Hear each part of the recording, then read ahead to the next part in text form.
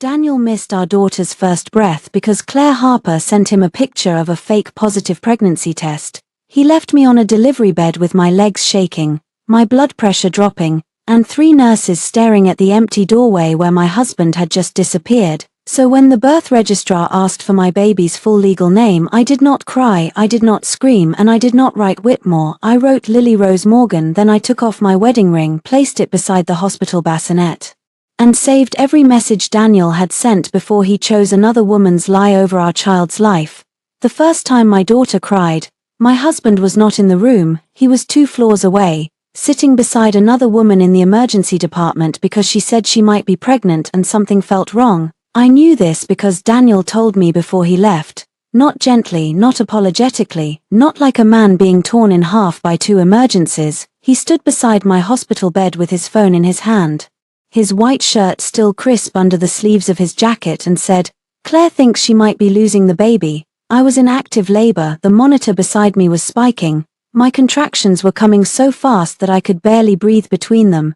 Nurse Jenna had one hand on my shoulder and the other on the bed rail, telling me to focus on her voice. "What baby?" I asked. Daniel looked annoyed, as if I had chosen a bad time to ask an obvious question. "She took a test this morning," he said. "She is scared." I laughed once. It came out broken, my water had already broken, my gown was soaked, my hair stuck to my neck. I had been in labor for 14 hours, and the father of my child was explaining that his childhood friend was scared. "Daniel," Jenna said carefully, "your wife is transitioning. The doctor is on her way. This is not a good time to leave." He barely looked at her.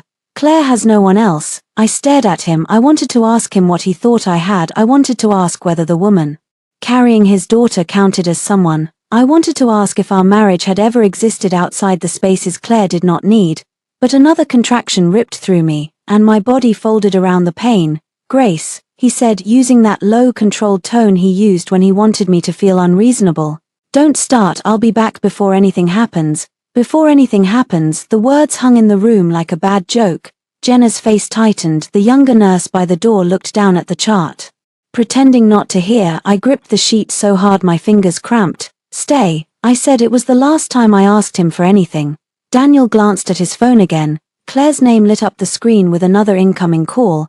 He answered before I could finish breathing. "Claire, I'm coming," he said. Then he looked at me and added, "Please don't make this uglier than it has to be." The door swung open. He walked out. For a few seconds nobody spoke. The room felt too bright, too clean, too white. The machines kept beeping as if nothing important had broken. Jenna leaned over me. "Grace," she said softly, "look at me. We are going to get your baby here safely." I nodded because there was nothing else to do. The pain came again. This time I screamed. Dr. Patel arrived 7 minutes after Daniel left. She took one look at the monitor and said, "We're ready." I kept looking at the door. Every time someone moved in the hallway, I thought maybe Daniel had come back, maybe he would realize, maybe he would hear our daughter's heartbeat slowing and remember he was her father. Maybe Claire would tell him to go back to his wife.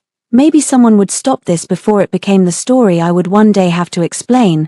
But the door never opened for him. It opened for nurses. It opened for a pediatric resident. It opened for Dr. Patel, who told me to push. So I pushed. I pushed through betrayal because my daughter did not deserve to enter the world through my grief. I pushed with tears sliding into my hairline, with my legs trembling, with Jenna counting in my ear. Again, "Grace, you can do this. One more." I did not do it because I was strong. I did it because there was no one else. At 6:47 p.m. my daughter came into the world. For one terrible second, she was quiet. The room went sharp. Dr. Patel moved quickly. A nurse reached for the warmer. Jenna squeezed my hand and said, "Wait, wait." Then Lily cried. It was not soft, it was not delicate, it was furious, a tiny outraged sound that filled the room and tore something open in me. I turned my head toward her, my vision blurred, my whole body shook. I remember saying, "My baby." Jenna laughed through tears. "She is here," she said. "She is beautiful." They placed Lily on my chest. Her skin was warm and slick against mine. Her fists were clenched. Her face was red. She rooted blindly, angrily, like she already knew the world owed her more than it had given. I looked at her and forgot to look at the door. For the first time in months, maybe years, Daniel was not the center of the room. My daughter was. "Do you have a name?" Jenna asked after a while. I touched Lily's cheek with one finger. "Lily Rose," I whispered. "Whitmore?" she asked gently. I closed my eyes. I thought of Daniel saying, Before anything happens, I thought of Claire's name glowing on his phone. I thought of all the times I had been told to understand. Claire had anxiety, Claire had trauma, Claire had no family nearby, Claire needed Daniel because they had known each other since they were children, and me, I had learned to need less time, less reassurance, less respect, less of my own husband. My daughter would not learn that from me. No, I said. Jenna paused. I opened my eyes and looked at my baby, Morgan. I said, her name is Lily Rose Morgan. Jenna did not smile like it was gossip. She did not ask if I was sure. She only nodded and said, I'll let the registrar know. The birth registrar came in about an hour later, a middle-aged woman with kind eyes and a clipboard. Daniel still had not returned. She asked the standard questions: mother's full legal name, Grayson Morgan Whitmore; father's full legal name. I looked at the empty chair beside my bed. Daniel James Whitmore. I said, baby's full legal name. My hand did not shake when I filled it in. Lily Rose Morgan. The registrar glanced at the line, then at me. Last name Morgan. Yes, are you certain? I looked down at Lily, asleep against my chest. Completely. I signed the form. That was the first legal decision I made for my daughter. It would not be the last. Daniel came back at 9:12 p.m. I remember the exact time because I had taken a picture of Lily 5 minutes earlier. Her tiny hospital bracelet was visible in the corner of the photo. Lily R. Morgan. Daniel entered with a paper cup of coffee in one hand and Claire Harper leaning against his other arm. She wore a pale blue cardigan, no makeup, and the fragile expression of a woman who knew exactly how to look wounded under fluorescent lights. My husband looked tired, not guilty, tired. Grace, he said. Like I was the complication waiting for him. Claire's eyes went straight to the baby. Oh, she whispered. She's here. I stared at Daniel. You missed it. His jaw tightened. Claire was having severe cramping. Was she pregnant? The question landed hard. Claire looked down. Daniel's fingers flexed around the coffee cup. They're still running tests, he said. That was not an answer. Jenna walked in before I could speak. She saw Daniel, then she saw Claire. Something flickered across her face, but she kept her voice professional. Mrs. Whitmore needs rest, she said. Claire gave a faint smile. I just wanted to make sure she was okay. I almost laughed. Daniel stepped closer to the bassinet. Can I hold her? I looked at him. For 9 months, I had imagined that moment. Daniel holding our daughter for the first time. Daniel crying. Daniel kissing my forehead. Daniel saying we did it. But he had not done it. I had. Wash your hands, I said. He looked irritated, but he obeyed. When he leaned over the bassinet, he froze. I watched his eyes land on the bracelet. Lily R. Morgan. His head turned slowly.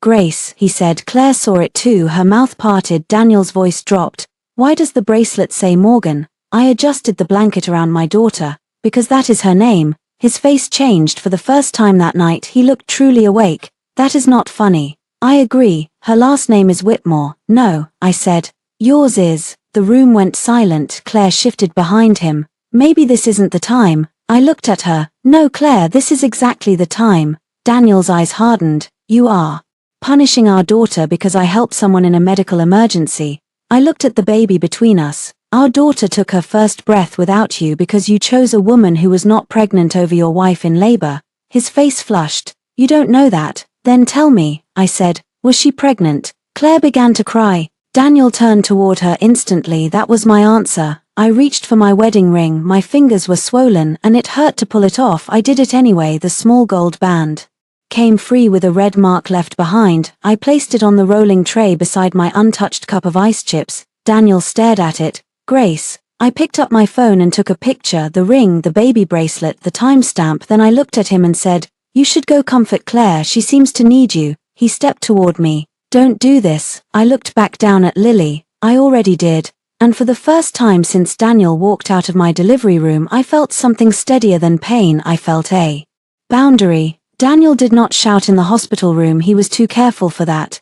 Daniel Whitmore shouted only when doors were closed and witnesses were gone. In public, he lowered his voice until it sounded reasonable. He made cruelty look like concern. He made selfishness sound like responsibility. That night, with Jenna standing beside the medication cart and Claire sniffling near the doorway, he chose the voice that had fooled everyone for years. Grace, he said, you are exhausted. You went through a traumatic delivery. We can talk about this tomorrow. I looked at the empty coffee cup in his hand. I talked about it with the birth registrar. His mouth tightened. You had no right to make that decision alone. Something inside me went very still. No right. She is my daughter too. Then you should have been here when she became your daughter. Claire made a small wounded sound. Daniel looked back at her. Of course he did. Jenna stepped forward. Mr. Whitmore, she said. Mrs. Whitmore needs to recover. Stress can affect her blood pressure. He gave her the polite smile he used on hospital administrators. I understand, I am a doctor. Jenna did not move. Then you understand why I'm asking you to keep this brief. For a moment I loved her. Daniel looked offended. Men like him always did when women with name badges refused to become invisible. Claire wiped at her eyes. I should go, she whispered. This is my fault. Nobody contradicted her. Daniel took one step toward her, then he caught himself and turned back to me. We will correct the paperwork before discharge. No, Grace, no, he exhaled slowly. Do not make a permanent decision out of temporary anger. I almost smiled. Temporary anger, that was what he called the moment a wife stopped accepting permanent disrespect. The form is submitted. I said, we can amend it. I will not sign an amendment. He stared at me as if I had spoken in another language. Our entire marriage had trained him to expect my eventual surrender. I might resist at first, I might cry, I might ask questions, but in the end, I would usually soften because I wanted peace. Peace had cost me too much. Claire touched his sleeve. Daniel, maybe let her rest. Her voice was soft, but her eyes were on me. There was triumph there, not much, just enough. She thought this was another fight Daniel would win later, another night he would spend explaining my insecurities while she became the woman too fragile to blame. I picked up my phone. Daniel noticed. What are you doing? Saving the conversation. His expression changed. Excuse me, you said I had no right to name the baby I delivered without you. I want to remember that accurately. Put the phone down. Jenna's head lifted. I did not put the phone down. Daniel looked toward the hallway, suddenly aware of the open door. This is ridiculous, he said. No, ridiculous was you telling me you would be back before anything happened.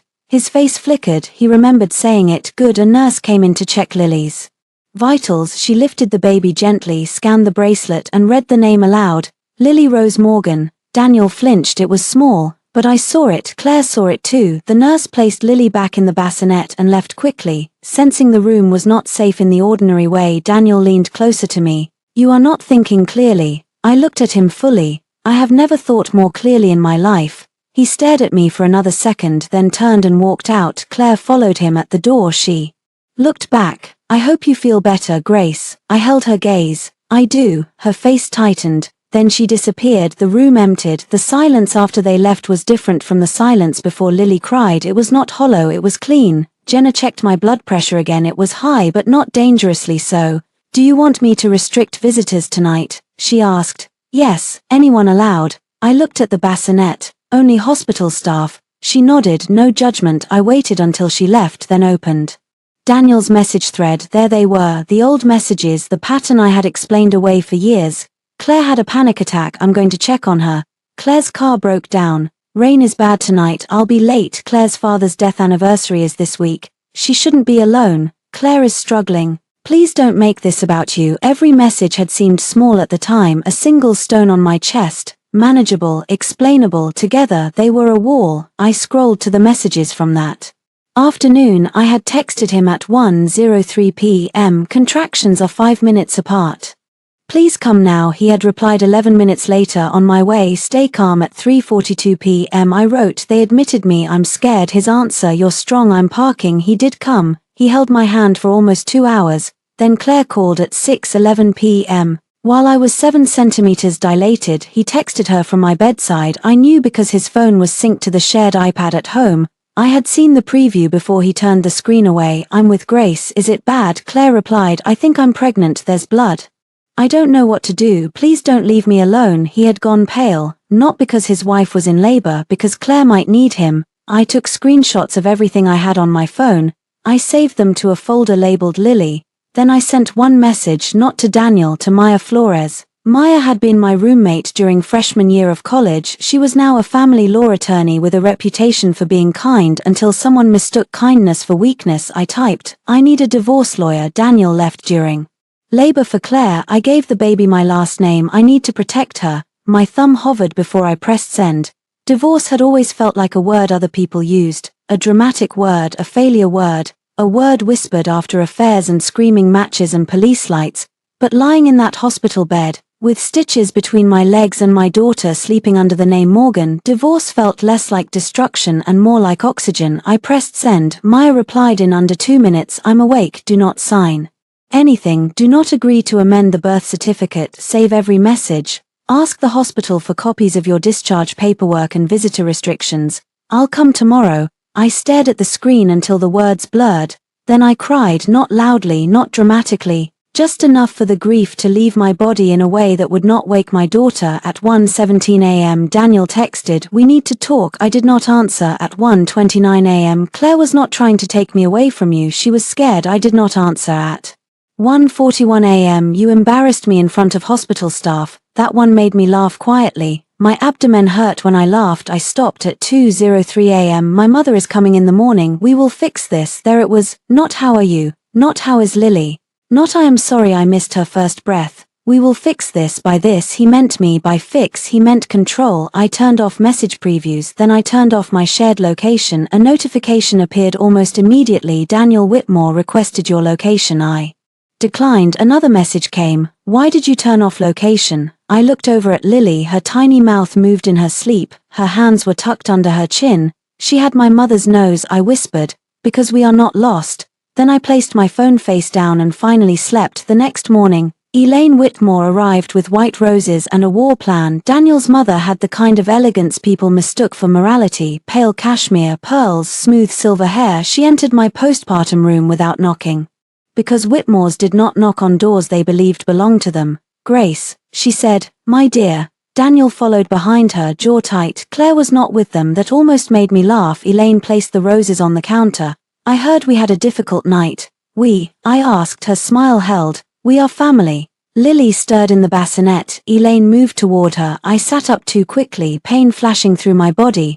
Do not pick her up. Elaine froze. Daniel's eyes narrowed. Grace. I looked at him. She can look, she cannot touch. Elaine's face hardened for half a second before smoothing again.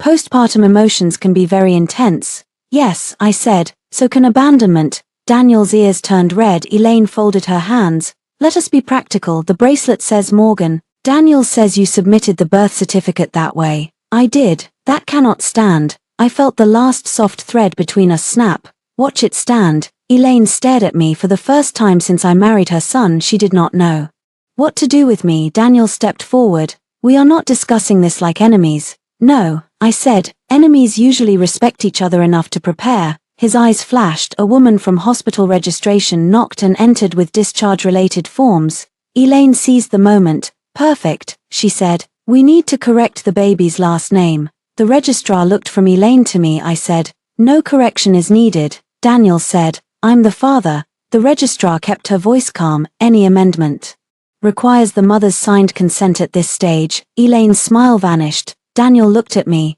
Grace. I picked up my pen and signed only the forms related to my discharge, not the amendment request Daniel had printed, not the form Elaine slid across the tray, not the version of motherhood they had written for me. When they left, Daniel turned back at the door. You are making a mistake. I looked at my daughter's bracelet. No, I said, I made one 4 years ago. I'm correcting it now. Daniel wanted us to go home together, not because he had changed, because it looked better. He arrived on discharge morning with the car seat, 2 coffees, and a face arranged into remorse. He wore the navy sweater I had bought him for our anniversary, the one he had forgotten because Claire had needed help moving a couch that same weekend.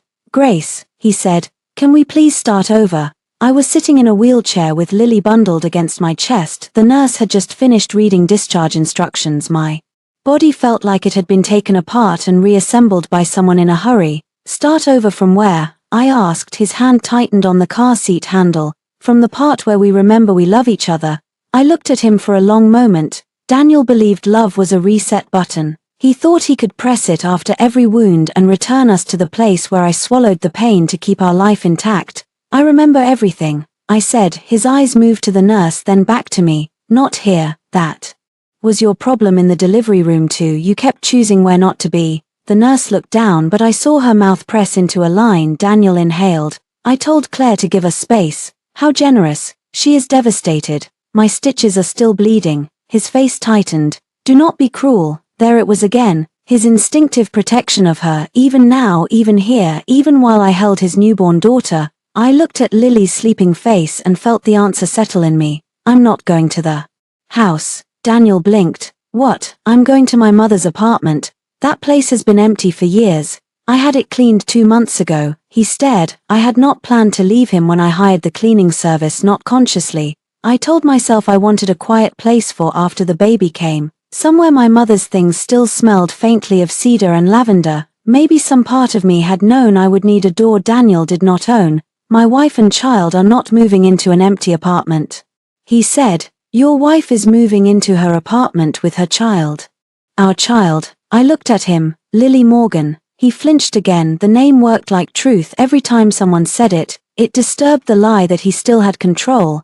Maya arrived just as Daniel opened his mouth again. She wore black slacks, a camel coat, and the expression of a woman who had read enough text messages to dislike someone before meeting him. Grace, she said warmly, bending to kiss my cheek. Lily is perfect. Daniel looked between us. Maya Flores, I said. My attorney. The word changed. The hallway. Daniel's face went still. Attorney. Maya turned to him. Dr. Whitmore. Maya, he said, recovering quickly. This is a family issue. It usually is. I don't appreciate legal interference 2 days after my wife gave birth. Then you should have appreciated your wife 2 days ago. The nurse coughed into her hand. Daniel's eyes sharpened. Grace, you called a lawyer before talking to me. I looked at him. I talked to you while I was in labor. You left. Maya took the discharge envelope from the nurse. I'll drive her. Daniel stepped closer. No, I'm her husband. Maya smiled. That is currently a legal fact, not a transportation plan.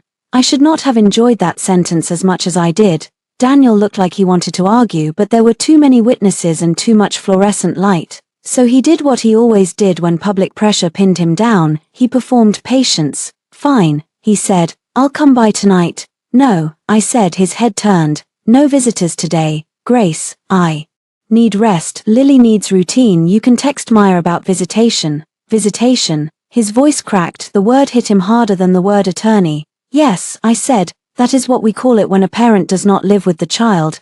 Daniel looked at the baby. For the first time I saw panic, not grief, not remorse. Panic. The difference mattered. Maya wheeled me away before he could turn it into another argument. In the car, I sat in the back beside Lily. Maya drove slowly, like the whole city had become breakable. For 10 minutes neither of us spoke. Then she said, you do not have to be strong with me. I looked out the window. I'm not strong, I'm awake. That is often the more dangerous thing. I laughed softly, then winced. The apartment looked smaller than I remembered. It was on the 3rd floor of an older brick building with a narrow balcony and windows that faced a maple tree. My mother had bought it after divorcing my father back when I was 17 and embarrassed by everything she called it her piece. I had not understood then. I did now. Maya carried the bags. I carried Lily inside. The nursery corner was simple, a white bassinet, a rocking chair, a dresser I had painted pale green myself while Daniel was at Claire's house fixing a leaking sink. I remembered that night clearly. I had been 7 months pregnant, standing on swollen ankles with a paintbrush in my hand,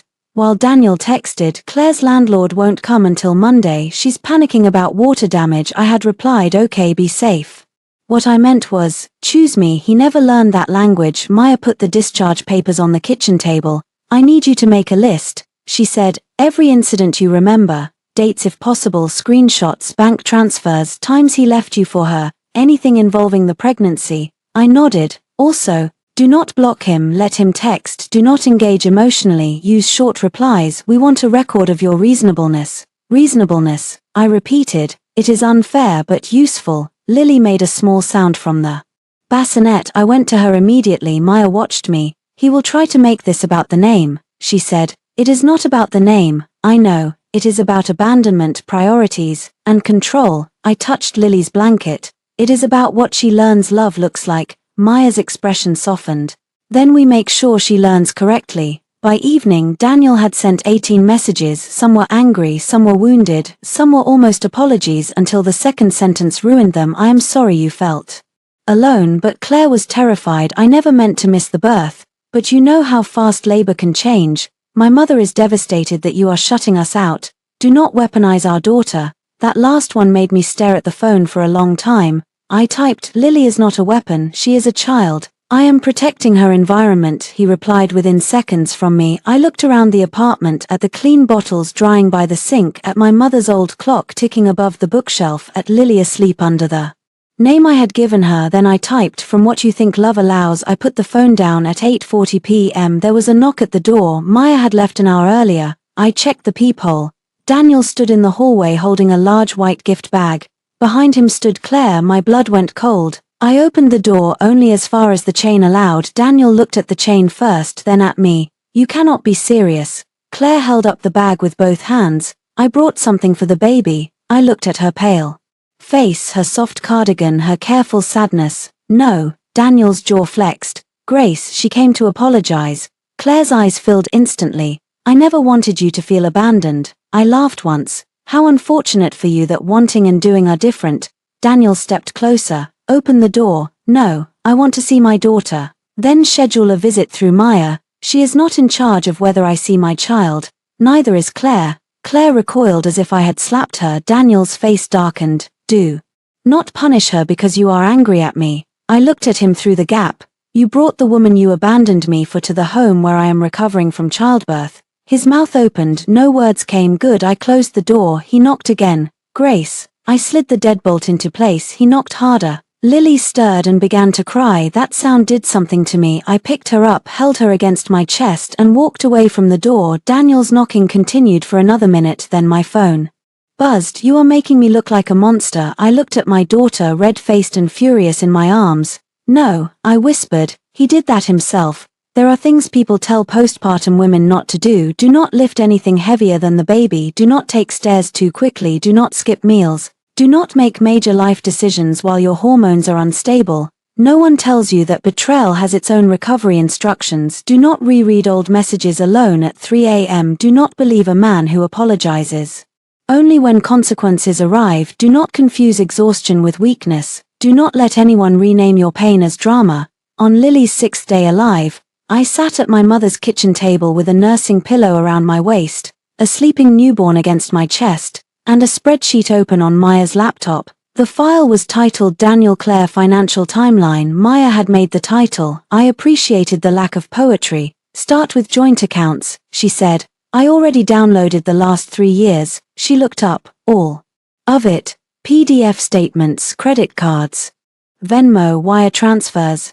Maya's eyebrows lifted. "Grace Morgan, what? You were preparing before you admitted you were preparing."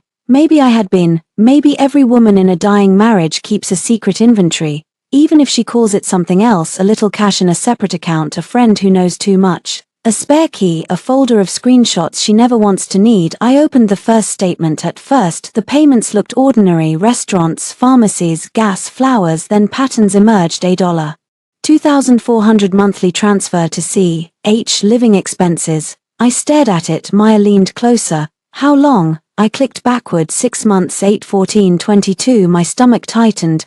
Daniel had been paying Claire's rent for almost 2 years. Not once had he told me. I remembered arguing with him when I wanted to hire a night nurse for the first 2 weeks after delivery. He said it was unnecessary and expensive. Plenty of women recover without paid help. He had said plenty of women did not have husbands funding another woman's apartment. Maya's voice was quiet. "Did you know?" "No." "Was this from the joint account?" "Yes." "Were you contributing?" I nodded. "Before maternity leave, I had contributed every consulting check to that account. Even after slowing work, I paid for groceries, baby furniture, insurance, utilities." Daniel had called it teamwork. Apparently, the team included Claire. I clicked another charge: a hotel downtown, 2 nights. My breath caught. Maya saw my face. "Do you need a minute?" "No." I opened the receipt. 1 room, king bed, ordered through Daniel's card. Same weekend he told me he had a medical conference in Boston. I had been 21 weeks pregnant. That was the weekend Lily first kicked hard enough for me to see my stomach move. I had sent Daniel a video. He replied 3 hours later, "Amazing, wish I was there." He had been 13 miles away. I pushed the laptop back. Maya closed it gently. "We don't need to process all of it today. I need to know what life I was living." "You were living your life." He was lying inside it. That made me cry harder than the hotel receipt. Lily woke, rooting against me, and I wiped my face with the back of my hand before helping her latch. Maya waited. She was good at silence. After Lily settled, I said, "Can I close the joint account?" Not empty it. Not yet, but you can stop your deposits, cancel automatic transfers from your personal account and document recurring charges. We will move carefully. I don't want my money paying Claire's rent. Then today we stopped that part. It took 15 minutes. I logged into my personal account and cancelled the automatic monthly transfer into the joint account. I redirected my maternity benefits into a separate account Daniel could not access. I froze the supplementary credit card he had opened under our household line for emergencies. The bank asked for a reason. I typed marital separation. The words looked official. I did not cry that time. Daniel called 7 minutes after the card froze. I let it ring. He called again, then came the message, "Did you cancel Claire's emergency card?" I stared at the screen. Not our household card, not the joint card, Claire's emergency card. I showed Maya. Her eyes went flat. Screenshot. I did. Daniel sent another message. "She uses that card for medication and groceries. You cannot just cut her off." I typed, "I am recovering from childbirth and caring for a newborn. I will no longer fund Claire's expenses." His reply came fast. "That money came from my income." I looked at Maya. She nodded for me to answer. "Our joint account included my income. Do not use marital funds for Claire again." Then I added, "All communication about finances can go through my attorney." Daniel did not respond for 11 minutes. When he did, the message was shorter. "You are becoming someone I do not recognize." I looked down at Lily. Her hand rested against my skin, tiny, warm, trusting. I typed, "No, I am becoming someone you cannot use." Then I muted him. That afternoon, Maya drove me to the hospital records office. I moved slowly. Every step reminded me that my body was still healing, but I wanted the paperwork myself. The woman at the desk printed my discharge summary, Lily's birth record, and the visitor restriction notes Jenna had entered after Daniel returned with Claire. I read the line twice. Patient requested restricted visitors after spouse returned to postpartum room with non-family visitor involved in emotional distress. Patient appeared tearful but oriented and decisive. I wanted to frame it. Jenna saw me near the elevator. She was coming off shift, hair loose around her face, exhaustion under her eyes. "Grace," she said, "how are you?" "Standing. That counts." I introduced Maya. Jenna understood immediately. Her expression did not change but her voice lowered. "I can't discuss anything outside proper channels." "I know," Maya said. "We are not asking you to." Jenna looked at me. "But I can tell you what I saw as your nurse if I am formally contacted." I documented the timeline. Something in my chest loosened. "Thank you." She squeezed my shoulder. "You were not hysterical. I want you to remember that." I swallowed. "I'm trying. Try harder." People love that word when women give birth and stop tolerating nonsense. Maya smiled. "I like her. So do I," I said. On the way back to the apartment, Daniel called again. Maya was driving, so I answered on speaker. "Grace," he said immediately. "What are you doing at the hospital?" I looked at the phone. "Getting my records." "Why?" "Because they are mine." A pause. "Are you building a case against me? Did you give me a reason to?" His breathing changed. "You're acting like I abandoned you in an alley. You were in a hospital surrounded by doctors." I closed my eyes. "There it is." "What?" "The sentence that explains why you should not be my husband." "Grace, you think care can be outsourced. You think if a nurse is in the room, you don't have to be. You think if a doctor catches the baby, the father didn't miss anything." He said nothing. I continued, calmer now. "Lily's first breath was not a medical procedure. It was her life beginning, and you chose not to be there." For once, Daniel had no polished answer. Then he said, "Claire could have lost a baby." I opened my eyes. "Was there a baby?" Silence. Maya glanced at me. Daniel said, "That is not the point." I laughed softly. "It is exactly the point." He hung up that night while Lily slept in the bassinet beside my bed. I opened the shared iPad Daniel had forgotten I still had. His messages were synced. I did not know whether he had been careless or arrogant, maybe both. Claire's thread sat near the top. My finger hovered. I knew that once I opened it, I could not unknow whatever lived there. Lily sighed in her sleep. I opened the thread. The latest message was from Claire. "Daniel, she cut off the card. I told you she would turn cruel once the baby came. I'm scared of what she'll do next." Before that, Daniel had written, "I'll handle Grace. Just stay calm." I scrolled upward. There was the photo she had sent during my labor. A pregnancy test, 2 pink lines, except something was wrong. The counter beneath the test was marble. Claire's bathroom, the one I had seen in her apartment, had dark tile. I zoomed in. There was a faint watermark in the lower corner. My heart began to pound. I took a screenshot. Then I opened a browser and searched the image. It appeared instantly, a stock photo from a parenting blog published 4 years earlier. I sat in the dark with my daughter asleep beside me and the truth glowing in my hand. Claire had not even faked the test herself, she had stolen the image, and Daniel had left anyway. I did not send Daniel the screenshot. That was the first rule Maya taught me after betrayal became evidence. Never spend proof on someone who will only teach the liar how much you know, she said, so I waited. Waiting was harder than rage. Rage wanted motion. Rage wanted me to call Daniel and ask if he felt stupid. Rage wanted me to send Claire the stock photo link with a single question mark and watch her scramble. But motherhood had already changed the rhythm of my life. Lily needed patience. So did revenge. On the 10th day after her birth, Daniel requested his first scheduled visit. Maya arranged it at my apartment, 2 hours, supervised by me, no guests. Daniel argued about the last condition for half a day. I'm not bringing Claire, he wrote. If that is what you are implying, I replied. Good. He arrived at 2 p.m. exactly with a stuffed rabbit, a bag of organic baby clothes, and a bouquet of lilies. I did not let the flowers in. He looked at them, confused. They're for you. Then you should know lilies are toxic to cats. You don't have a cat. My mother did. I still don't keep lilies in her home. His face tightened. It was a small refusal. But small refusals were how I began teaching my body that I could survive larger ones. He stepped inside and looked around. The apartment was modest, sunlight through old blinds, clean bottles on a drying rack, a folded blanket over the rocking chair, no wedding photos. His eyes stopped on the mantel. I had placed one framed photo there, Lily in her hospital blanket, her bracelet visible. Lily R. Morgan. Daniel noticed. Of course he did. He set the gift bag down. Are you going to put that everywhere? Her name. My exclusion. I looked at him. Interesting that you think those are the same thing. He flinched, then looked away. For the first 20 minutes he held Lily like a man handling a borrowed antique, carefully, awkwardly, with more concern for being seen as gentle than for understanding the child. Lily fussed. She doesn't like me, he said. She is 11 days old. He looked embarrassed. I almost softened, almost. Then his phone buzzed. His eyes flicked down. Claire. I knew before he turned the screen. He silenced it quickly, but not quickly enough. Answer it, I said. I don't need to. That's new. His jaw worked. Grace, I'm trying. Trying would have started in the delivery room. He looked at Lily. Please don't do this in front of her. She doesn't understand words yet.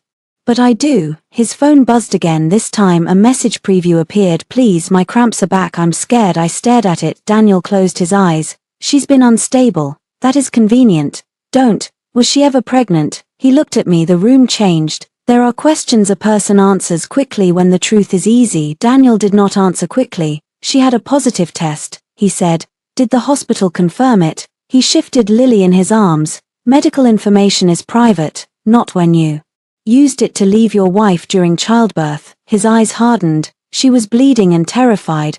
Was the blood real? Grace. Was the pregnancy real? Lily began to cry. I stepped forward and took her from him. He let me. That told me more than he meant it to. I soothed Lily against my shoulder while Daniel stood uselessly in the center of the living room. You should go, I said. My visit isn't over. Your attention is. His face reddened. I made one mistake. No, you made one mistake in a room full of witnesses. That is why you care. The words hit him. His mouth tightened into a line I knew well. You are turning bitter. No, I said. I am turning accurate. He left after 57 minutes. I wrote that down. Maya had told me to document everything. Visit scheduled for 2 hours. Father left after 57 minutes following conflict about Claire Harper messages. Facts were cleaner than feelings. They did not beg to be believed. That evening Claire called me. I almost ignored it then.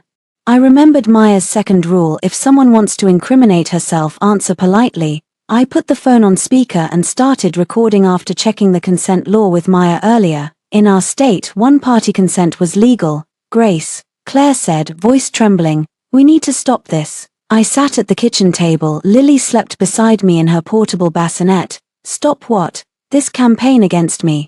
I haven't started a campaign. You cut off my emergency card. It was funded by marital money.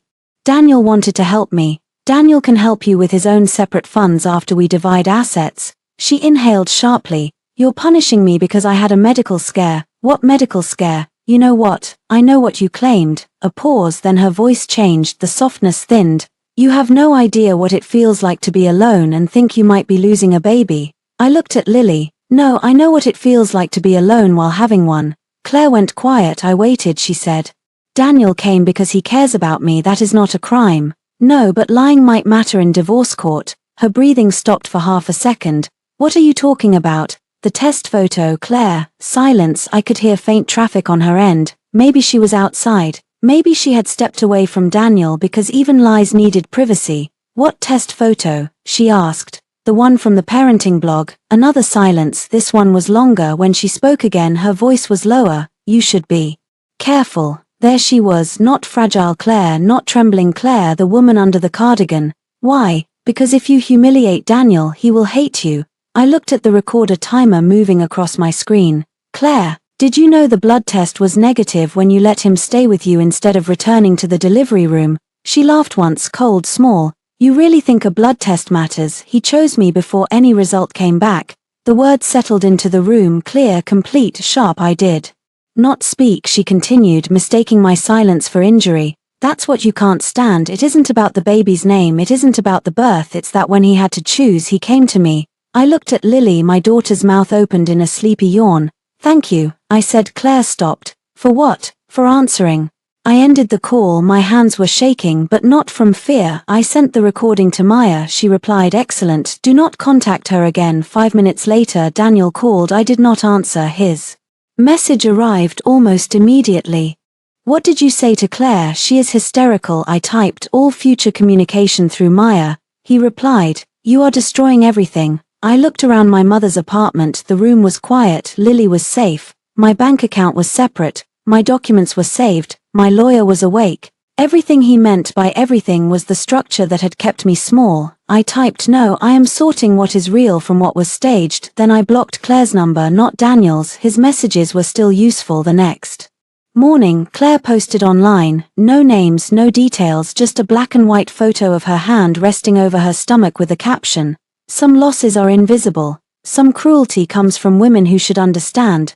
By noon, mutual acquaintances had begun messaging me. Is everything okay? I saw Claire's post. I hope you too can find peace. Daniel's mother sent one message. This public ugliness is beneath our family. I took screenshots of all of it. Then I fed Lily, changed her diaper, and took a nap. That was the thing Daniel and Claire did not understand. They were still performing for an audience. I was building a case. Elaine Whitmore invited me to dinner as if she were offering mercy. Her message arrived 2 weeks after Lily's birth. Grace, the family needs to gather calmly. We should discuss Lily's future like adults. Sunday, 6 p.m. Daniel will pick you up. I stared at the words while Lily slept on my chest. The family, calmly, like adults. There was no apology, no recognition that her son had brought his emotional mistress to my postpartum room. No acknowledgement that her granddaughter had been born into a room where her father's chair sat empty. Just a command wrapped in linen. I sent the message to Maya. Her response came quickly. Do you want to go? I looked at Lily. Part of me wanted to refuse. Another part knew Elaine would use my absence as proof that I was unstable, isolating the baby. Unreasonable. I typed, yes, but I want to be prepared. Maya replied, then we prepare. Sunday evening I dressed carefully.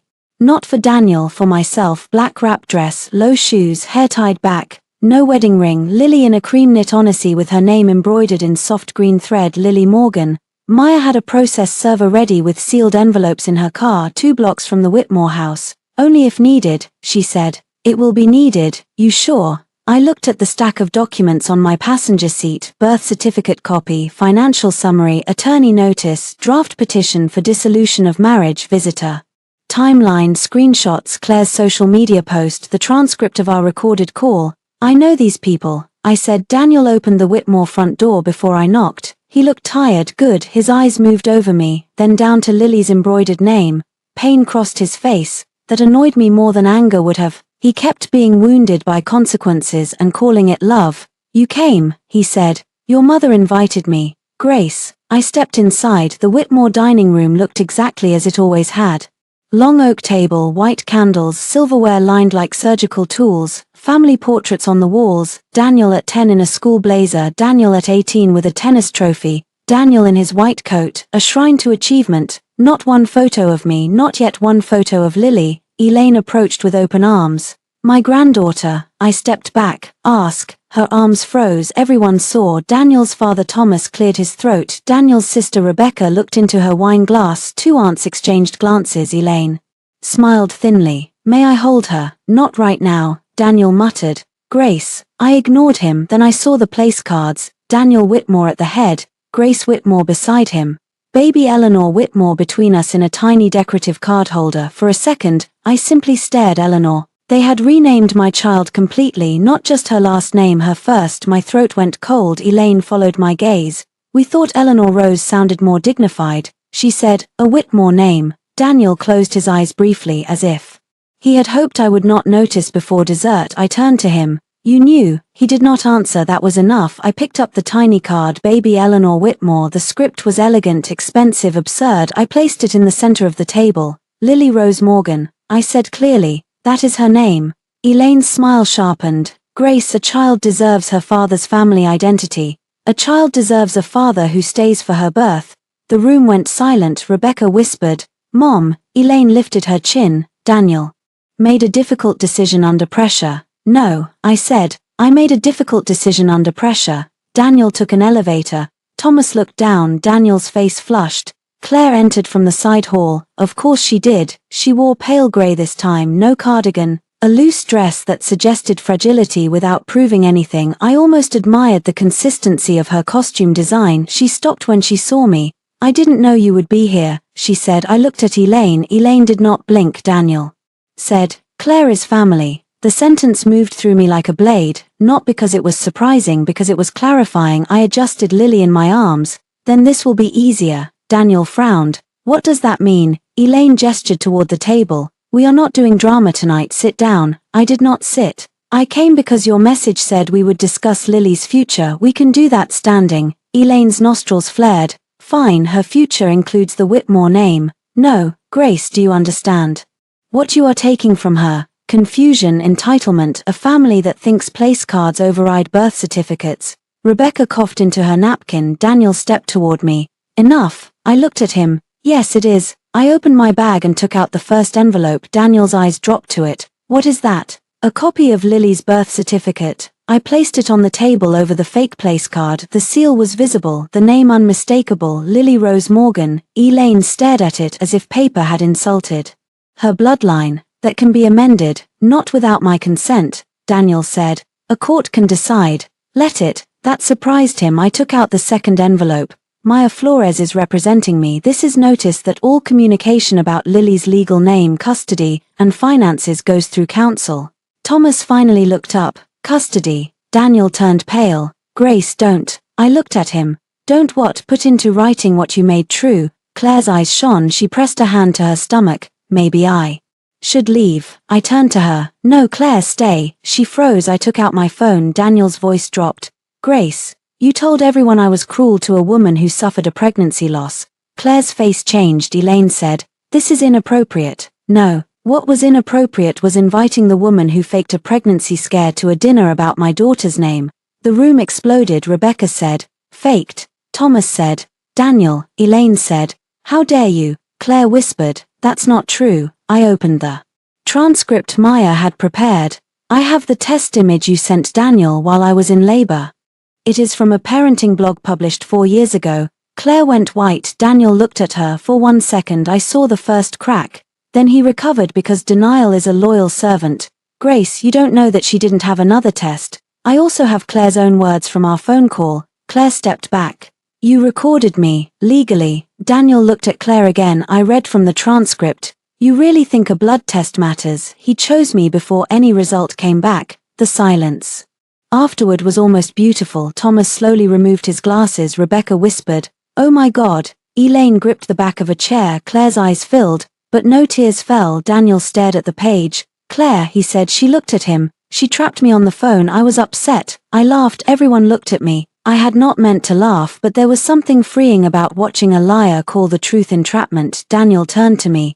Give me the recording. No, Grace. Maya has it. His face hardened. You are humiliating me in my parents' home. I looked at the place card again. Baby Eleanor Whitmore. Then I looked at his mother. No, I am correcting the minutes of a meeting I did not agree to attend.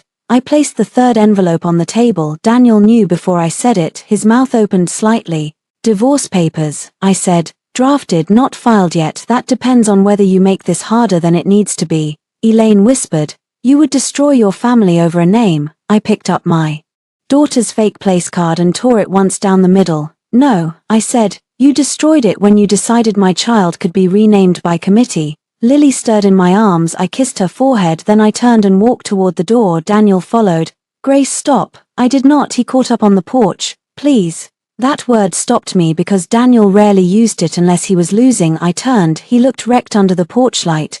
Did you really file? Not yet. Then don't. Why? Because I can fix this. I looked at the man who had missed the first breath of the child sleeping against my chest.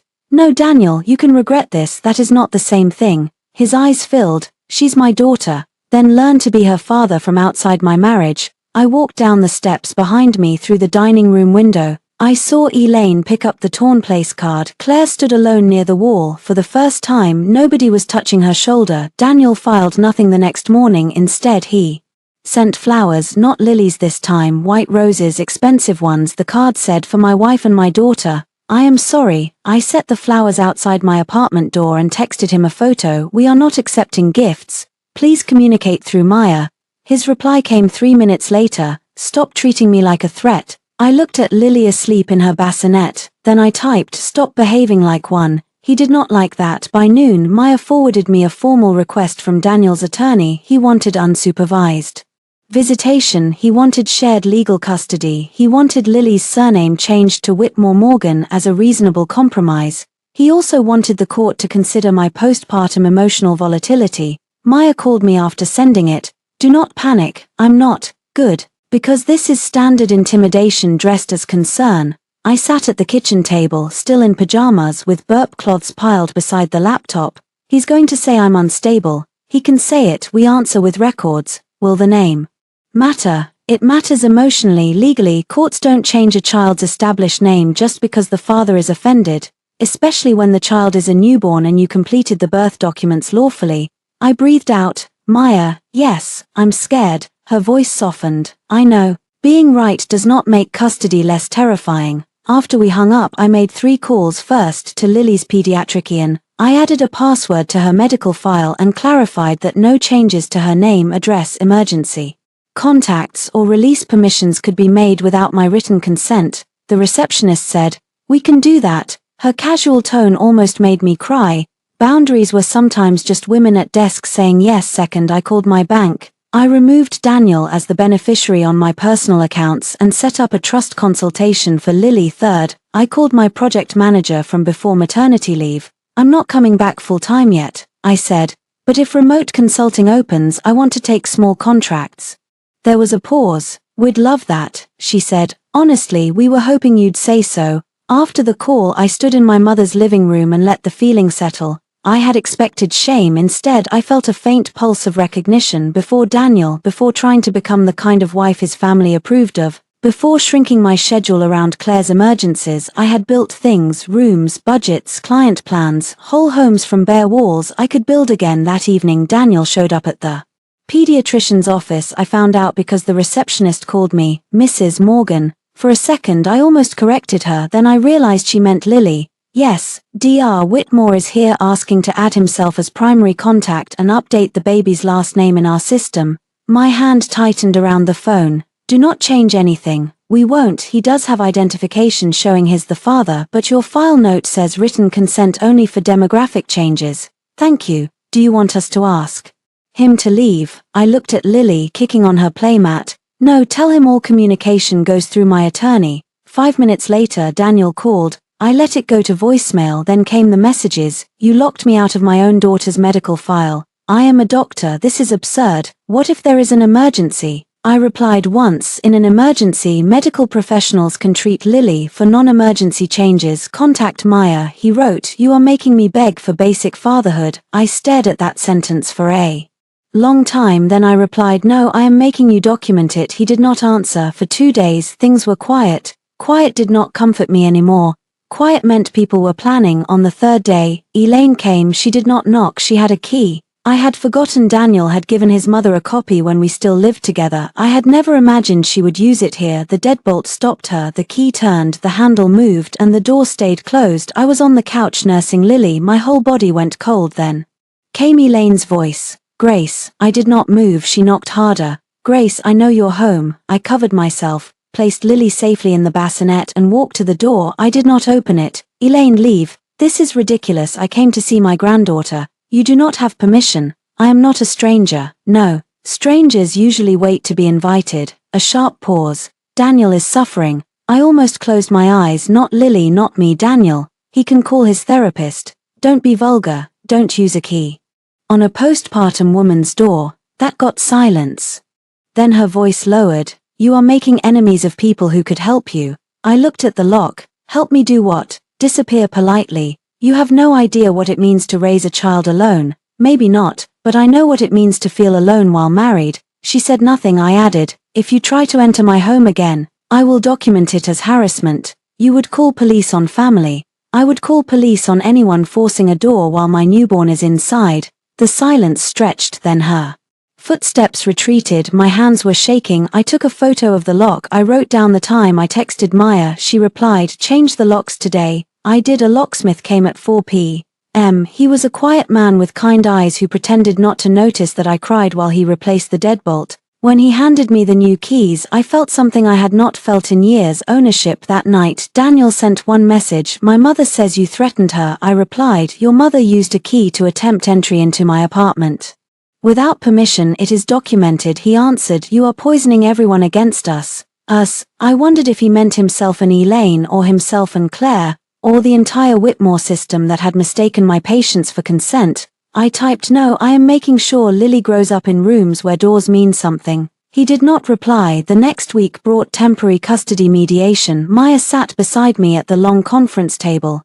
Daniel sat across from us with his attorney, looking pale and controlled. His wedding ring was still on. Mine was in a drawer with the hospital bracelet photo. The mediator asked about immediate concerns. Daniel spoke first. I want regular access to my daughter. Grace has created unnecessary barriers. Maya slid a folder forward. Mrs. Whitmore has offered scheduled visits. Dr. Whitmore left the first visit early after receiving messages from Ms. Harper, whose involvement remains a concern. Daniel's face reddened. My personal friendships have nothing to do with my ability to parent. I looked at him. You brought Claire to my postpartum hospital room. His attorney shifted. Daniel said, that was poor judgment. Maya said, we agree. The mediator wrote something down. Small victories did not feel dramatic. They felt like ink on paper. That was enough. We agreed to a temporary schedule. 2 supervised visits a week for 4 weeks, then review. No Claire, no unscheduled family access, no changes to Lily's name or medical records pending further agreement. Daniel signed with a clenched jaw. I signed without shaking. Afterward in the hallway, he approached me. Maya stayed close. Daniel looked at Lily in her carrier. Can I see her for 1 minute? I nodded. He crouched. Lily slept through it. His face changed when he looked at her, softer, younger, almost human. She has your mouth, he said. Yes. And my eyes. I looked at Lily. Maybe she did, but that did not make her his possession. Daniel stood. Grace, he said quietly. I know I failed you that night. It was the first sentence. That sounded close to truth. I waited, then he ruined it. But you have to admit you've gone too far. Maya sighed. I almost smiled. There he was, the man who could approach accountability only if he carried blame back with him. No, I said, I went exactly far enough to get out of reach. I walked away. Behind me, Daniel said, I'll fight for her. I turned back. Good, I said. For once, fight for Lily without using me as the battlefield. Claire did not like being excluded from the custody agreement, so she did what she did best. She found an audience. Her second post appeared on a Wednesday morning. This time she named no names. But she did not need to. A woman can smile with a newborn in her arms and still destroy another woman behind closed doors. I lost something I cannot prove to people who demand paperwork for pain. Be kind. You never know whose motherhood was taken before it began. By 10 a.m., 3 of Daniel's colleagues had liked it. By noon, Elaine's friends were commenting with broken heart emojis. By 2 p.m., Rebecca sent me a screenshot and one sentence. I'm sorry, this is getting weird. That mattered. Rebecca Whitmore had spent most of our marriage being polite in the way rich families train daughters to be polite. She did not interfere. She did not challenge Elaine. She smiled at Claire because everyone smiled at Claire. For Rebecca to call something weird meant the floor was shifting. I replied, thank you. Please save anything you see. She wrote back, already did. I did not expect that. Maybe. Truth, once placed on a dining room table, continues working after you leave. Daniel called that evening. I answered because Maya said it was acceptable if I kept the conversation short and documented. Grace, he said, Claire is spiraling. I was sterilizing bottles. That sounds like a matter for her doctor. People are attacking her online. Who? Friends, some colleagues, they think she lied. Did she? He went silent. The bottle sterilizer hissed. Daniel said. She was emotionally convinced she might be pregnant. I closed my eyes. Daniel, she used a stock photo. I know. My hand stopped. There it was. He knew now. Maybe he had known since the dinner. Maybe he had confirmed it afterward. Maybe Claire had confessed in tears and turned deception into trauma before he could call it manipulation, but he knew. And that was wrong. Wrong. Yes. Wrong is forgetting milk. Wrong is missing an exit. She created a fake emergency during my labor. His voice sharpened. I am not defending the photo. You are defending the person. Because I understand why she panicked. I laughed. I could not help it. You understand everyone but me. That is not fair. No, Daniel, fair was me asking you to stay and you staying. He breathed out. Claire says you threatened to expose her at the charity gala. I looked toward the calendar on the wall. The Whitmore Foundation's annual Children's Hospital Gala was 3 weeks away. Daniel was scheduled to speak about family-centered care. The irony had teeth. I have not spoken to Claire since the recorded call. She is afraid you'll ruin her life. She should be afraid of what she did to it. Grace, please, the foundation matters, the hospital matters, my work matters, and your daughter's birth did not. Stop twisting everything. I set the bottle down. No, I am finally untwisting it. There was a pause, then he said more quietly, what do you want? That question might have destroyed me a year earlier. I would have poured my heart into it. I would have explained every lonely appointment, every dinner interrupted by Claire, every night I slept beside his body while his mind lived somewhere else. Now the answer was simple. I want the divorce completed. I want the temporary custody order respected. I want Claire away from my child. I want no one from your family trying to rename Lily. I want you to stop spending marital money on another woman. I want peace. Peace, he repeated bitterly. Yes, you call this peace. No, I call it excavation. He was quiet, then he said, if you come after Claire publicly, I will not forgive you. I looked at the sleeping baby monitor. Daniel, I said, I stopped wanting your forgiveness when you missed Lily's first breath. I ended the call, my hands shook after, not because I was unsure, because breaking old fear is still a physical act. 2 days later, Maya and I met to prepare for the gala. I am not suggesting you make a scene, she said. I know. I am suggesting that if Daniel or Claire uses a public platform to defame you, you respond with documented truth, not emotion. I know. Do you? I looked at the folder between us. The timeline had become precise. 3:42 p.m. Grace texts Daniel that she has been admitted. 6:09 p.m. Claire sends stock pregnancy test photo. 6:14 p.m. Daniel leaves labor room. 6:47 p.m. Lily Rose Morgan born. 7:32 p.m. Claire's hospital blood test collected. 8:05 p.m. Result visible to Claire through patient portal. Negative HCG. 9:12 p.m. Daniel returns to postpartum room with Claire. Later, Claire's recorded statement. Later, social media posts implying pregnancy loss. Maya tapped the folder. This is strong, but we use only what we need. No private medical record unless legally obtained and relevant in court. Then how do we prove it publicly? We let her own public claims and her own recorded words do most of the work. Also, the fake image is not medical information, it is fraud-adjacent behavior, and if she says something false at the gala, that is on her. I looked at the transcript. She will. Maya studied me. You sound certain.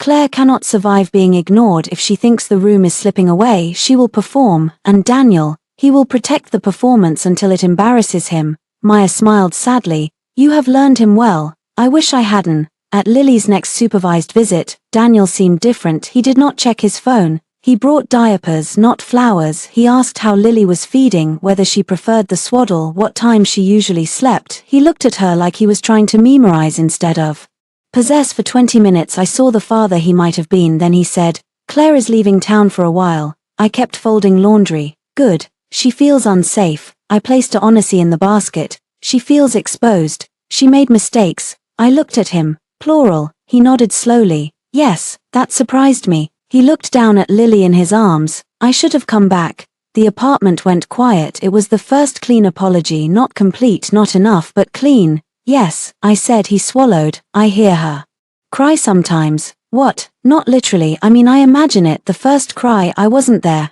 I felt pain move through me, not softening pain. You cannot get that back, I know. Lily opened her eyes and stared up at him. Daniel's face crumpled for half a second before he controlled it. Can we ever get us back? There it was, the question behind the diapers, the politeness, the sudden interest in feeding schedules. I took Lily from his arms. No, he closed his eyes. Grace, no, I said again, you can become a better father, you cannot become my husband again. He looked at me. Because of one night, I held Lily closer. Because that night finally told the truth about every night before it. He left on time, but as he walked out he said, "The gala is important, please don't come." I smiled for the first time. Then you should have kept my name out of it. The week before the gala, Daniel stopped pretending the divorce could be delayed by wounded silence. His attorney sent a settlement proposal. It was neat, expensive, insulting. Daniel offered generous spousal support for 6 months, shared custody after Lily turned 6 months old, and a private agreement that neither party would make public disparaging statements about the marriage, Claire Harper, or events surrounding Lily's birth. In exchange, he wanted my agreement to amend Lily's last name to Whitmore Morgan. Maya slid the paper across her desk. They really think the name is negotiable. I looked at the clause. It was not about Lily carrying both parents. If it had been, Daniel would have suggested it before she was born. He would have sat with me in the nursery and asked what name felt right. He would have shown up as a partner. No, this was a receipt he wanted erased every time he saw Morgan. He remembered the room he had left. I'm not signing. I assumed. Can we counter? We can, but first I want you to understand something. Maya leaned back. They are trying to purchase silence. That means they are afraid of the record. Good. Good, but dangerous. Afraid people often become careless. She was right. Daniel became careless first. He sent me an email at 1:13 a.m. Subject, please read. Grace, I know you think I chose Claire over you and Lily. I understand why it looked that way. But you also know Claire has struggled for years. You know how much loss she has been through. When she called me that night, I believed there was a real pregnancy and a real emergency. I made the best decision I could with the information I had. I am sorry I missed Lily's birth. I will be sorry for that forever. But naming her Morgan was cruel. Keeping my mother away is cruel. Threatening Claire is cruel. I need you to stop turning one painful night into a campaign to erase me. I want mediation before the gala. I want us to appear united, at least publicly, for the foundation and for Lily. Daniel, I read it twice, then I forwarded it to Maya. Her reply came in the morning. He admits he left. He admits he missed the birth. He ties the gala to public image. Useful. I did not respond to Daniel. At noon Rebecca called. I almost let it ring out, then I answered. Grace, she said, I need to tell you something. Her voice shook. What happened? Mom is planning something at the gala. Of course she was. What kind of something? She had a program insert printed. It includes a family tribute. Daniel, you and the baby. I closed my eyes. What name? Rebecca was quiet for too long. Elizabeth Rose Whitmore. I laughed. I had to sit down. They changed her first name again.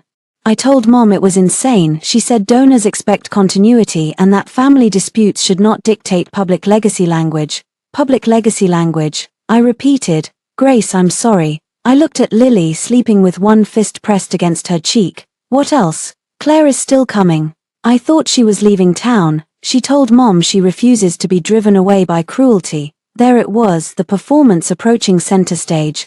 Rebecca, why are you telling me? A pause. Because I was in that dining room and because I saw the place card and because I have a daughter too. Rebecca's daughter was 6. I had seen her at Christmas, quiet and serious in a velvet dress Elaine picked out. Thank you, I said. I can send you the insert draft, please. It arrived 2 minutes later. There we were, in glossy PDF form. Dr. Daniel Whitmore, his wife Grace, and their newborn daughter Elizabeth Rose Whitmore, a family dedicated to healing children. I stared at the sentence until the words detached from meaning. They had turned my daughter into branding.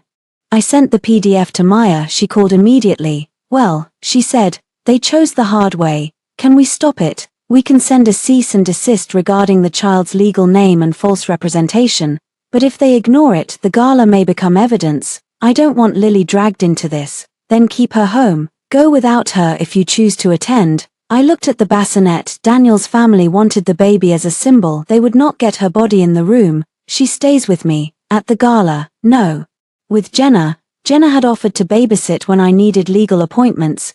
She said nurses were good with newborns and bad men. I had accepted both parts as references. The day before the gala, mediation collapsed.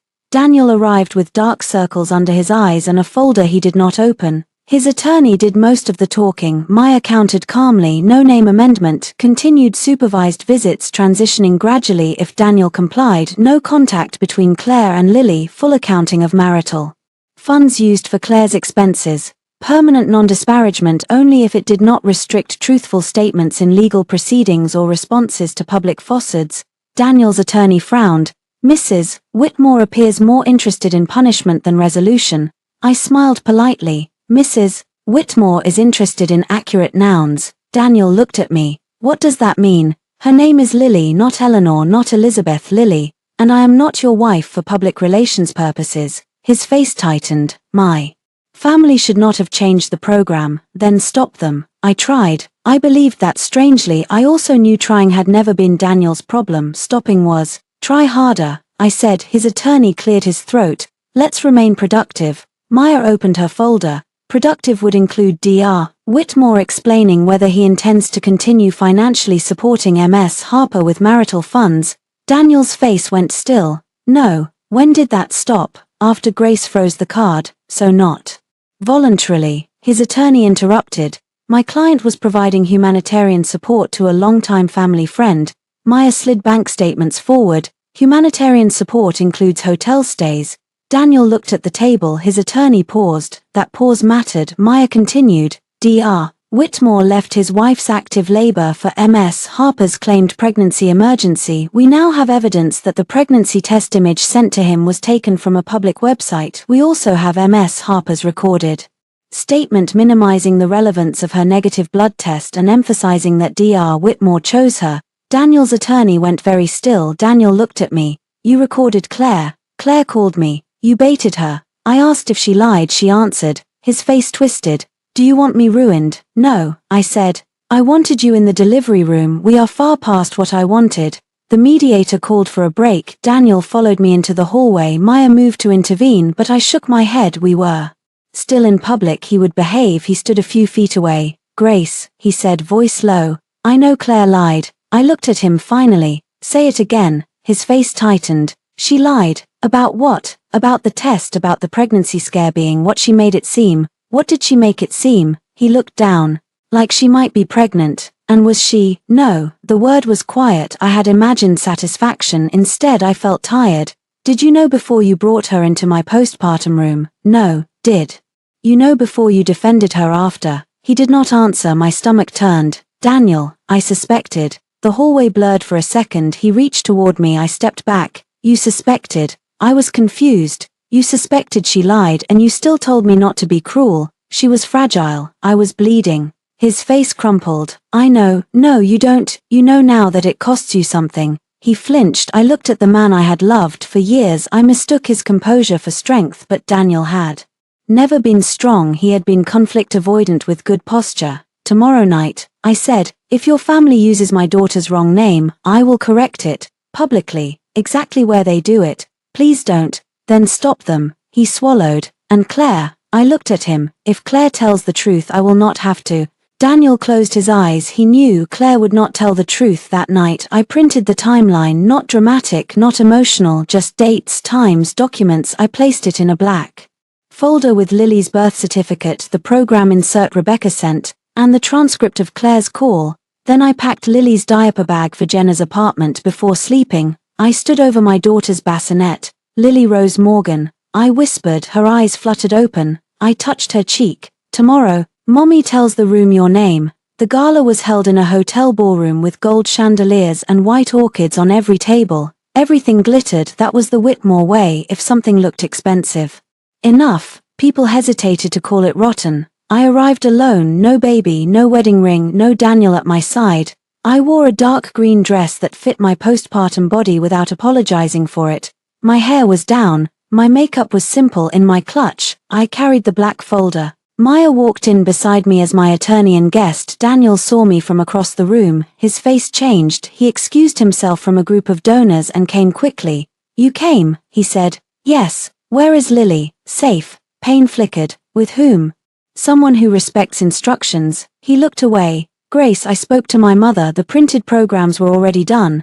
Then don't distribute them. They're already on the tables. I looked at the nearest table, there it was, glossy cardstock, elegant font, a family tribute honoring Dr. Daniel Whitmore, his wife Grace and their newborn daughter Elizabeth Rose Whitmore. I picked it up. Daniel looked ashamed, not enough to have stopped it, enough to dislike being seen beside it. Say her name, I said.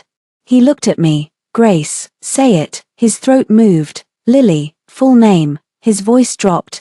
Lily Rose Morgan. I placed the program back on the table. Remember that. Claire arrived 20 minutes later. You could feel her before you saw her, not because she was powerful. Because certain rooms are trained to turn toward fragility when it enters dressed well. She wore ivory, of course she did. Elaine met her near the entrance and embraced her. Several women touched Claire's arm. She lowered her eyes in practiced humility. Daniel watched from near the stage. For once, he did not go to her. Claire noticed, her face tightened. Then she saw me. I raised my glass of water slightly. Her mouth pressed into a line.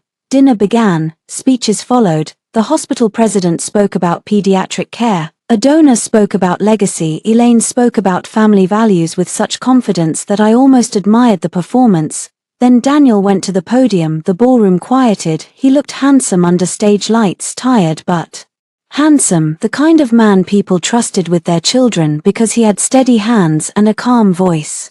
He began with medicine, then service, then fatherhood. My daughter's birth, he said, and his eyes found mine, changed me. I sat very still. Maya's hand rested near the black folder. Daniel continued, I learned that family is not only what we inherit, it is what we show up for. The room made a soft approving sound. I almost laughed. He was trying in his way, too late, too polished, but trying. Then Elaine stood. She had not been scheduled. Daniel stopped speaking. His face changed. Before Daniel continues, Elaine said, moving toward the stage with a smile, I hope you will all join me in celebrating the newest member of the Whitmore family. No, Daniel whispered. Mother. Elaine ignored him. A screen behind the podium lit up. A slideshow appeared. Daniel as a child, Daniel in medical school, Daniel and me at our wedding, then a photo I had never given them, Lily in the hospital bassinet, my daughter's face on a ballroom screen, under it, in gold letters, Elizabeth Rose Whitmore. The room applauded. Something quiet and final moved through me. Maya leaned closer. Your call. I stood. Daniel saw me. Grace, he said into the microphone by accident. The room turned. I walked toward the stage. My body remembered pain from birth, from stitches, from sleepless nights,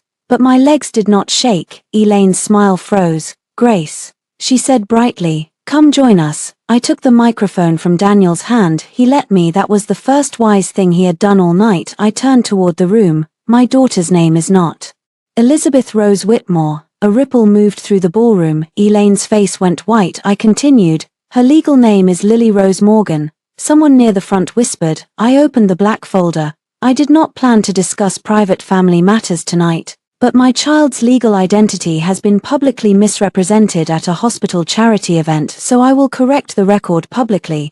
Daniel closed his eyes. Claire stood near the back, frozen. I held up the birth certificate copy. Lily was born at 6:47 p.m. Her father, Dr. Daniel Whitmore, was not in the delivery room. The room changed. People looked at Daniel. He left during my active labor after receiving a message from Claire Harper claiming she might be pregnant and in distress.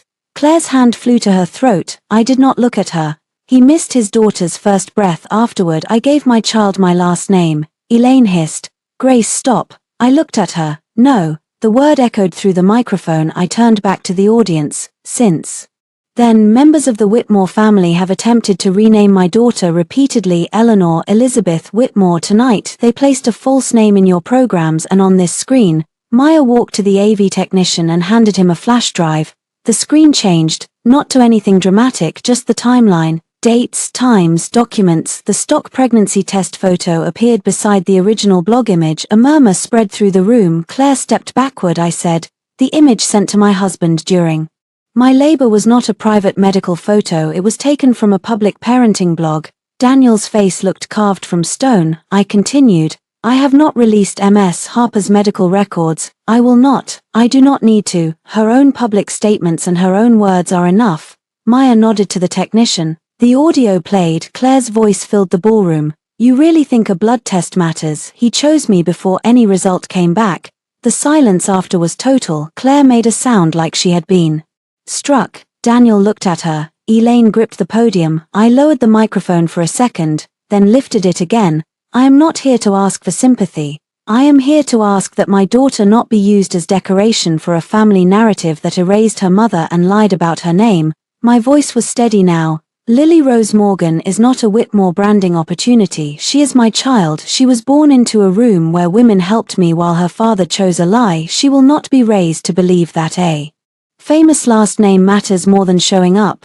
Rebecca began clapping, one clap, then another. Her husband joined. A woman near the hospital board table stood.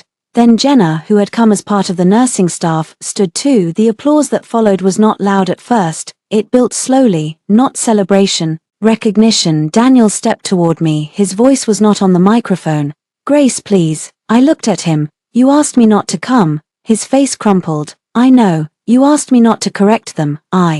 No, you asked me to protect your image more carefully than you protected my labor. He had no answer. Claire suddenly moved toward the stage. This is insane, she said loudly. She is twisting everything.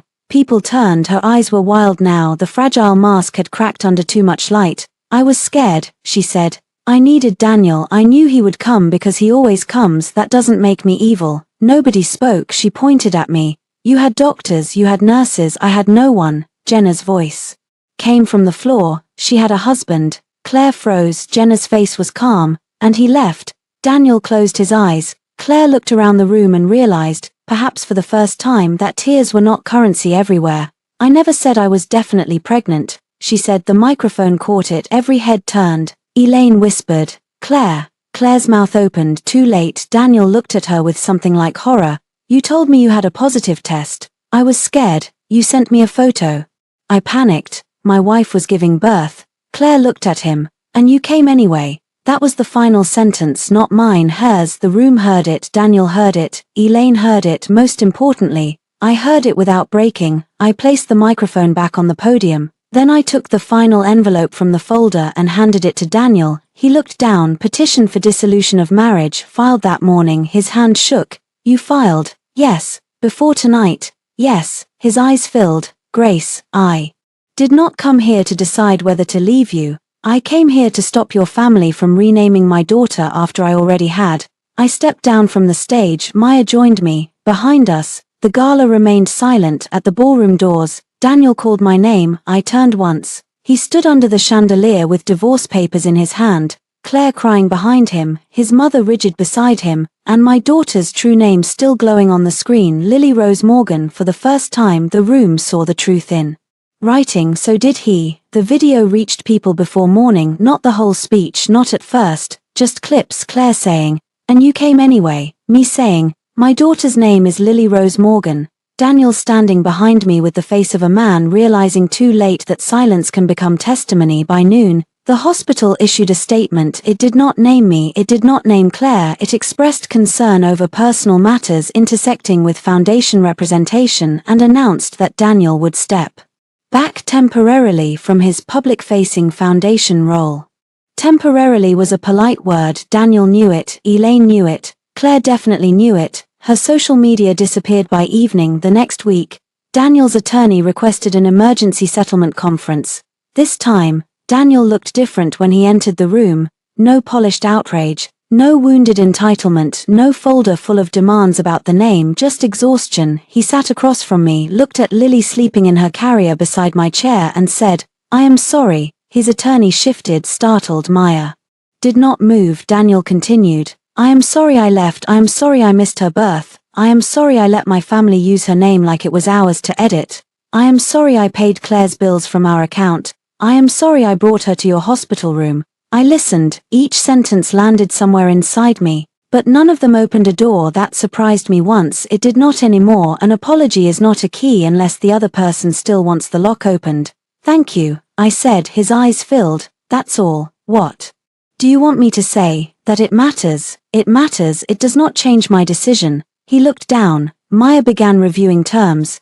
Daniel agreed to reimburse the marital account for funds used for Claire's rent, credit card, and hotel expenses. He agreed to no contact between Claire and Lily. He agreed not to seek a name change. He agreed to a graduated parenting schedule beginning with supervised visits, moving to unsupervised day visits after completion of a parenting course and therapy intake. He agreed that neither his mother nor Claire would be present for visits without my written consent.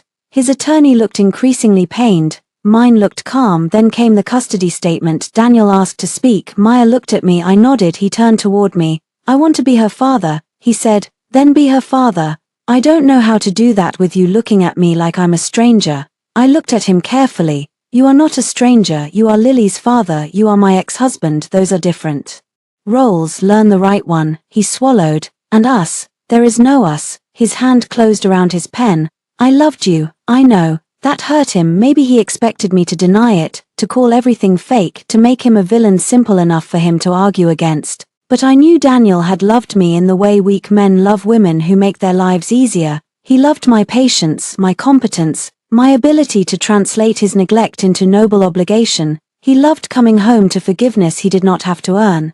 He did not love me enough to stay. Both things were true. I loved you too, I said. His face crumpled. And now I love myself in front of our daughter. Maya looked down at her notes. Daniel's attorney stopped clicking his pen. The settlement took 4 hours. By the end, the shape of my new life existed in legal language, temporary orders, separate accounts, reimbursement schedule, parenting plan, name preservation, communication through co-parenting app, no harassment, no third-party interference. It was not poetic, it was better. After the conference, Daniel followed me into the courthouse hallway. Maya waited nearby with Lily. Grace. I stopped. He looked older, not ruined, just stripped of the glow other people had polished for him. I ended things with Claire, he said. I felt nothing sharp, only a dull sadness for the woman I had been, the one who would have waited years to hear that sentence. Okay, she told me she never thought I'd actually lose you. She was wrong. I was wrong. Yes. He looked at Lily in the carrier. Can I hold her? I looked at Maya, then at Daniel. His scheduled visit was tomorrow. But the hallway was quiet and Lily was awake, staring up at the lights with solemn curiosity. Wash your hands. He blinked. It was the same thing I had said in the hospital room this time. He did not look irritated. He went to the restroom, washed his hands and came back with damp cuffs. I lifted Lily and placed her in his arms. Daniel held her more naturally now. He had practiced that mattered for Lily, even if it could no longer matter for me. Hi, Lily, he whispered. She stared at him. He smiled and tears fell before he could stop them. I'm sorry, he said to her. I'm so sorry. Lily blinked. I let him have the moment, not because he deserved comfort, because my daughter deserved a father who learned remorse without using it to trap her mother. After a minute, I took her back. Daniel did not resist. That was progress too. A month later, the divorce was finalized. The judge reviewed the agreement with a tired efficiency that made me grateful. Drama belongs on screens. Freedom sometimes is a woman in a robe asking if both parties understand the terms. Daniel said yes. I said yes. The judge signed.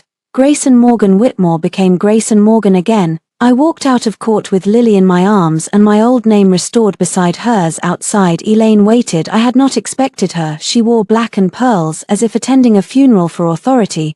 Grace, she said. Daniel tensed behind me. I shifted Lily higher. Elaine. She looked at the baby. May I see her? I paused. Elaine's face was pale, not soft. Elaine would never be soft. But something in her had been shaken loose by public embarrassment and private consequence. From there, I said. She stayed where she was. Her eyes moved over Lily's face. She is beautiful. Yes. A silence. Then Elaine said, I should not have changed her name in the program. No, you should not have. Her mouth tightened. I thought I was protecting the family.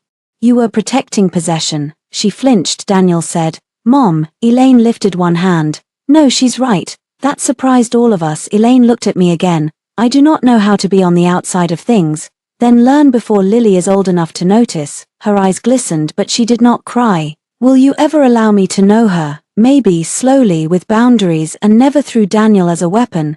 She nodded once. It was not reconciliation, it was a gate with a lock. I could live with that.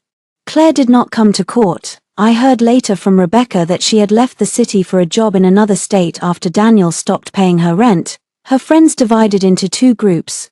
Those who felt sorry for her and those who had begun comparing stories. Apparently, I was not the first woman whose emergency she had borrowed to become central. That knowledge did not satisfy me, it only confirmed that Daniel had not been uniquely deceived, he had been uniquely willing the first time Daniel visited.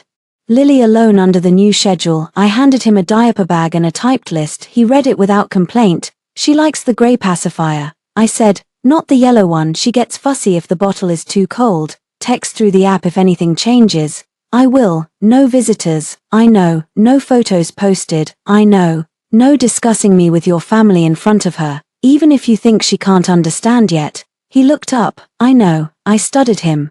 Good. He took the carrier. At the door he turned. Grace. I waited. Thank you for letting me learn.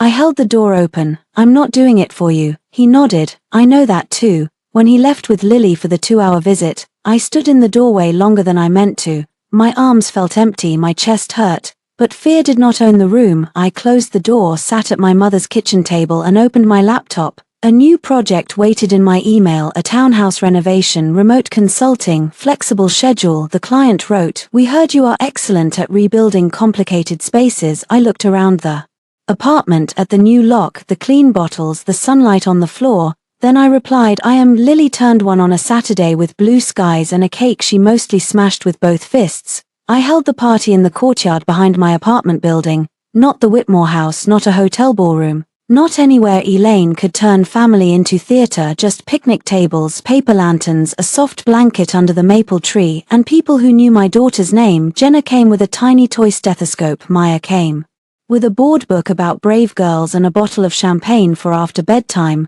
Rebecca came with her daughter, who handed Lily a plush duck and whispered, Happy birthday, cousin. Elaine came too, invited, timed, respectful. She stood beside Rebecca and did not touch Lily until I nodded. When she handed me her gift, I opened it carefully. Inside was a silver baby cup engraved, Lily Rose Morgan. I looked up, Elaine's mouth trembled. I got it right this time, she said. I nodded. Yes, that was all. Sometimes that is how repair begins, not with speeches, with correct engraving. Daniel arrived 15 minutes later. He wore jeans and a white shirt, sleeves rolled up, no Claire, no mother at his elbow, no performance, just Daniel. He carried a wrapped gift and stopped at the edge of the courtyard like a man waiting to be allowed into a country he once assumed he owned. Lily saw him and bounced in my arms. Dada, she said. His face broke open. I handed her over. Hi, birthday girl, he whispered, holding her close. Watching them still hurt sometimes. Not because I wanted him back, because grief does not disappear when you make the right choice. It changes address, it visits less often, it knocks softer. Daniel had become a better father over the year. Not perfect, not magically redeemed, better. He attended parenting classes. He followed the schedule. He never brought Claire near Lily. He stopped letting Elaine make decisions for him. He learned the difference between asking and informing. Once, when Lily had a fever, he texted through the app, I'm worried, do you want me to come, or would that make things harder? I stared at that message for a long time. Then I replied, you can come, bring infant Tylenol. He came, he brought the medicine. He did not make the fever about himself. That was growth. Not enough to restore a marriage, enough to benefit a child. At the party, Daniel sat on the blanket and helped Lily stack soft blocks. She knocked them over and shrieked with joy. Maya leaned beside me. You okay? Yes. You sure? I watched Daniel wipe frosting from Lily's cheek. Yes, and I was. The cake sat on the picnic table, white frosting, strawberries, one candle across the top in green letters, Happy First Birthday, Lily Morgan. Daniel saw it for a second. His expression shifted. A year ago that name had wounded his pride. Now it seemed to wound something deeper, memory, maybe regret. He walked over after Elaine took Lily to show her the ducks near the fountain. Grace. I looked at him. Daniel. He nodded toward the cake. It suits her. I followed his gaze. Yes, it does. A quiet passed between us. Then he said, I used to think the name was how you punished me. I know. I understand now that it was how you protected her. I looked at him then. He seemed sincere, not because his voice shook. Daniel had learned by now that shaking voices did not impress me, because he did not ask me to comfort him after saying it. Yes, I said. He looked toward Lily. I wish I had been there. I know. I hear it sometimes. The first cry. He nodded. You told me that before. It never stopped. I did not know what to say to that, so I said the truth. You will live with that. He closed his eyes briefly. Yes, the old me would have touched his arm. The new me let him stand. After a while he said, do you ever wonder what would have happened if I stayed? I watched Lily toddle unevenly toward Rebecca's daughter, laughing. No, he looked surprised. I smiled a little. I used to wonder about every version of us. What if Claire had moved away? What if you had set boundaries? What if I had demanded more earlier? What if your mother had respected me? What if I had been easier to love? His face tightened. You were not hard to love. I know that now. He looked down. I continued. The night Lily was born ended the wondering. Not because it was the only thing you did wrong, because it was the moment I stopped negotiating with reality. Daniel swallowed. Are you happy? I looked around at Maya laughing with Jenna, at Elaine standing carefully in the shade, letting Rebecca's daughter teach her how to hold a bubble wand at my mother's apartment above us, windows open, at my daughter under a name that belonged to women who survived. Yes, I said, not every minute, but yes. He nodded. I'm glad. I believed him. That was new. Lily began fussing near the fountain, reaching for me. I went to her. She leaned out of Elaine's arms with total confidence, knowing I would catch her. I did, always. When it was time for the candle, everyone gathered around the table. Daniel stood on one side, I stood on the other. Lily sat in her high chair between us, sticky and delighted. Ready? Jenna asked. Camera up. Maya began singing first. Then everyone joined. Happy birthday to you. Lily slapped the tray. Happy birthday to you. Daniel's voice cracked. Happy birthday, dear Lily. Elaine sang the name correctly. Happy birthday to you. I helped Lily blow out the candle. Everyone clapped. Lily laughed so hard she hiccuped. For a moment, the world was simple, not healed, not perfect, simple. After the party, when guests had left and the courtyard was quiet again, Daniel helped fold chairs. He did not have to, he just did. When he finished, he brought me the last bag of trash. I'll see her Wednesday at 4. I'll be on time. I know. He hesitated, then he said, Grace, I need to say something once, and I won't ask anything from it. I waited. I destroyed our marriage. Claire lied, but I chose to believe her because it let me feel needed without doing the harder work of being present. My mother pushed, but I let her. You gave Lily your name because I failed to make mine safe. I know that now. The courtyard was quiet. I felt the words enter me, not as temptation, as closure. Thank you for saying it. I am sorry. I know. He nodded. Then for the first time he did not reach for me. He did not ask for a hug, a sign, a softer ending. He simply walked away. I took Lily upstairs. The apartment was messy from the party, tissue paper on the floor, a smear of frosting on the high chair, balloons drifting against the ceiling. I changed Lily into pajamas and sat with her in the rocking chair. She was almost asleep when her tiny hand curled around my finger. I thought of the hospital room, the empty doorway, the first cry, the form, the line where I wrote Morgan. Back then it had felt like a reaction. Now I understood it was a promise. My daughter would grow up knowing love did not mean waiting quietly while someone chose another woman's crisis over your life. She would know family did not get to rename you to make themselves comfortable. She would know apology mattered only when paired with change. She would know boundaries could be gentle and still be locked. Most of all, she would know her mother did not stay broken. I carried her to the crib and laid her down. Above it hung a wooden sign Maya had given us. Lily Rose Morgan. My mother's last name, my daughter's first inheritance. I stood there for a long time, listening to her breathe. Daniel had missed her first breath. I had caught everyone after, and that was the life I chose.